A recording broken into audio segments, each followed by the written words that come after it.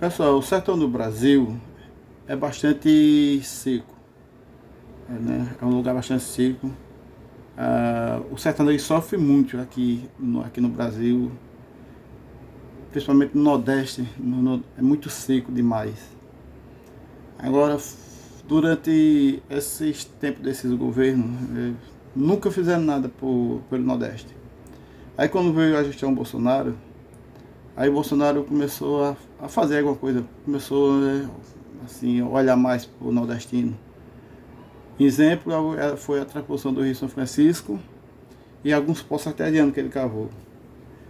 Ele queria trazer o quê? Toda a tecnologia de Israel para cá, né? O que Israel fez lá no seu território, do território árido, seco, deserto, não tinha como produzir, mas como eles são muito inteligentes, aí eles conseguiram idealizar algumas coisas para produzir lá. Isso que o Bolsonaro queria trazer, a ideia deles para cá. Vamos assistir um vídeo para a gente entender melhor.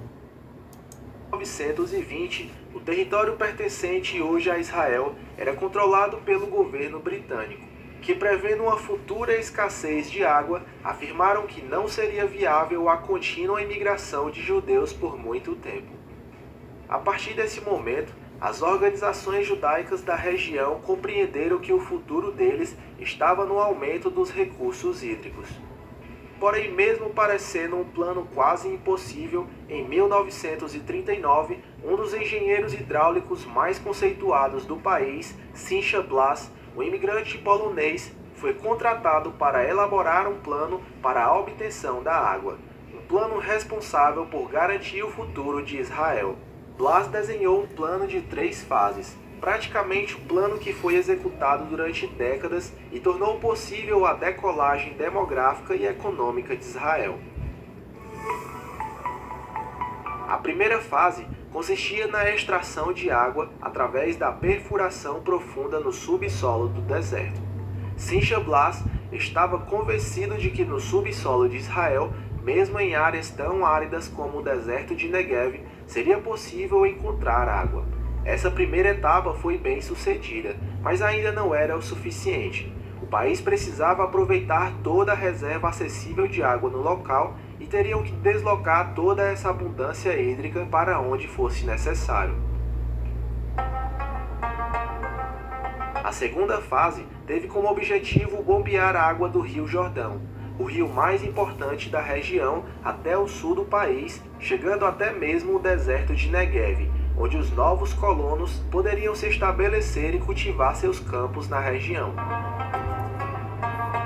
A última fase era a mais importante para a conclusão do plano, a construção do Aqueduto Nacional, uma obra de mais de 100 quilômetros de extensão, responsável por transportar água do norte do país, especialmente do Mar da Galileia, o maior lago de água doce do país, que se conectaria aos sistemas desenvolvidos nas fases anteriores.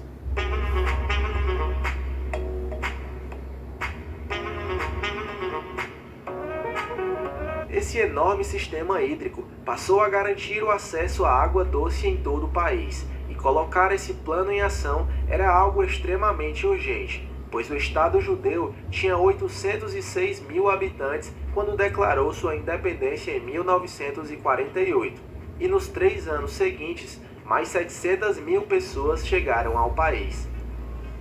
Para cuidar de tantas pessoas, alimentá-los e garantir sua sobrevivência, era necessário muita água.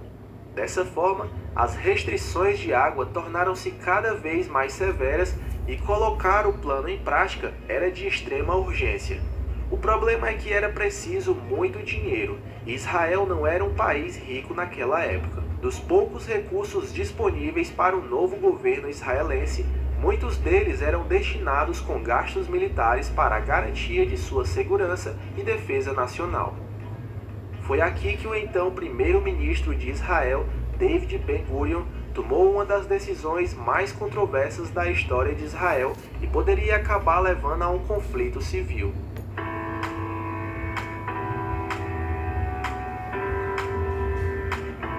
O governo israelense assinou um acordo que recebia uma indenização de 3 milhões de marcos alemães como compensação pelos crimes nazistas cometidos ao comando do Terceiro Reich contra o povo judeu.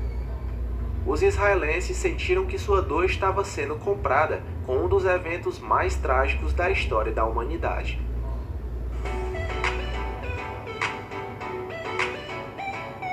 Apesar da insatisfação de muitos protestos e manifestações, o parlamento israelense aprovou o acordo por apenas 2 votos de diferença. Após o acordo, o dinheiro deixou de ser um problema e o plano de execução hídrico foi iniciado. Em 1964, o Aqueduto Nacional passou a ser uma realidade, sendo concluída finalmente as 3 fases do projeto inicial. O abastecimento de água foi finalmente garantido a todo o país. Sem este imenso trabalho, podemos dizer que o enorme crescimento econômico e demográfico que Israel passou nos últimos anos não teria sido possível.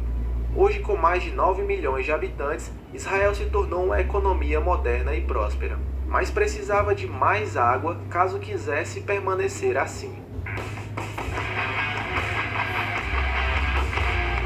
Com o início do século XXI, os problemas com o abastecimento de água voltaram a ser um problema no país, e foi aqui que mais um plano foi lançado.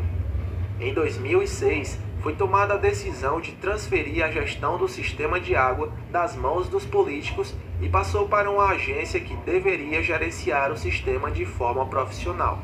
Essa agência tomou medidas mais severas e passou a cobrar o preço real de custo para o fornecimento de água, sem os subsídios fornecidos pelo governo, assim como acontece na maioria dos países. Essa medida não só promoveu a economia de água na região, como aumentou a receita do sistema para a construção de mais infraestruturas e melhorias de sua manutenção. O dinheiro arrecadado propiciou grandes melhoras no sistema, por exemplo, para evitar vazamentos de água nas tubulações, que em muitos países o desperdício chega a mais de 30% e em Israel está abaixo de 10%. A medida foi um completo sucesso. Sem ter que limitar o abastecimento, o consumo de água público e privado caiu quase 20% em todo o país.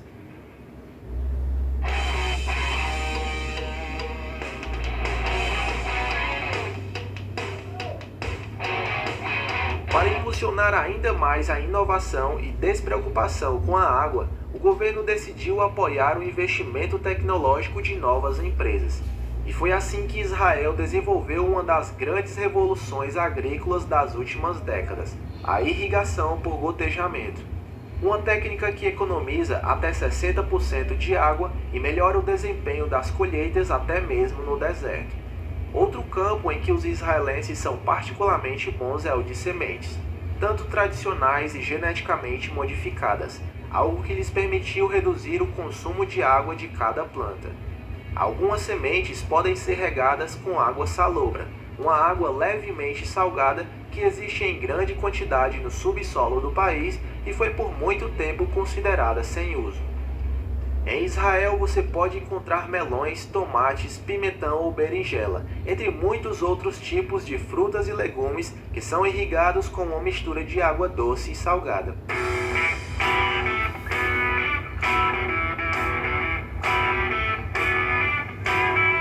Nos últimos anos, Israel está investindo em projetos de reciclagem de água e desenvolveu uma infraestrutura capaz de distribuir água tratada para todo o país. 85% de toda a água utilizada na região é reaproveitada para a agricultura e para irrigar parques e campos de golfe. Israel também se tornou um dos líderes mundiais em tecnologia de dessalinização. Uma das maiores plantas em volume e eficiência do mundo está localizada em Israel. Bem, pessoal, vocês viram aí que Israel é pioneiro no cultivo de planta e na evolução, né, de captação de água. Infelizmente, o nordestino mal informado, né, informado pela grande mídia, não quiseram o Bolsonaro, né, não votaram no Bolsonaro para continuar o mandato, porque se o Bolsonaro tivesse sido reeleito, esse projeto ia continuar, né? Ia deixar o nordestino bem